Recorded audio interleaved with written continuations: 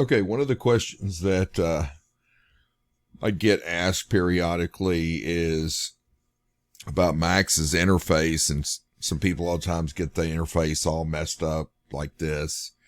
And let me show you how to deal with that. Okay, so by default, Max allows you to tear menus off. So anytime you see a menu that's got these little dotted lines up here, you can actually grab those dotted lines and you can tear these menus off.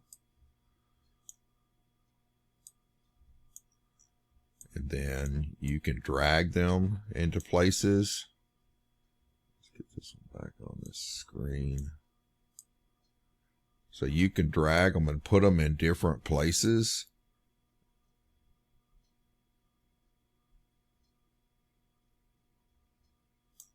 And you can get the whole thing just kind of all messed up, you know. And the reason they do this is allow people to have the flexibility to, you know, create the way they want their screen layout to be. Okay, so and by the way, you can also drag them, but if you right click on them, you can dock them here. So I can say dock this on the left, and it's going to put it over on the left. And so, you know, you can customize this any way you want. Okay. And when you get out in the field, people do this. They want, you know, there are certain things they use all the time, so they customize them.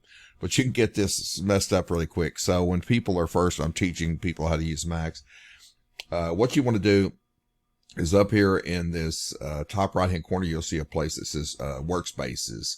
And what you want to do is go down here and say reset the default state.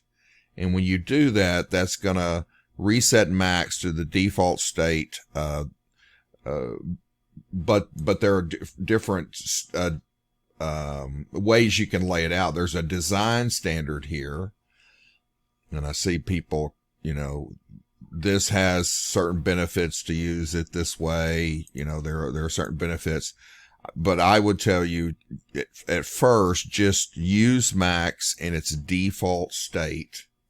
Okay, go to default and use it in its default state. Now, personally, myself, I don't use this tab right here, which allows you to pick different viewport settings.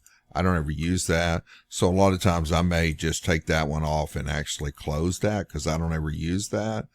But that's about as far, you know, as I customize it when I'm doing tutorials and stuff, because if I use a really high end, you know, where I've laid it out in this really custom ways, then when I'm doing tutorials, people have no idea what I'm doing because their menu structures are not like that. So, I don't do that. So main thing is, I would say use the default state. Don't be using like any of these other like mini toolbars and stuff or the design standard. You know, once you get comfortable with Max, then you can do these things, but I would say, leave it on the default state. And if you've pulled some of these menus off and you got it all discombobulated, then go back to reset the default state and it'll go back to this. Now, another little trick that you can do is once you're in this default state, okay, if you'll go up here to customize, you can click right here to lock the UI layout. And what that means is I can't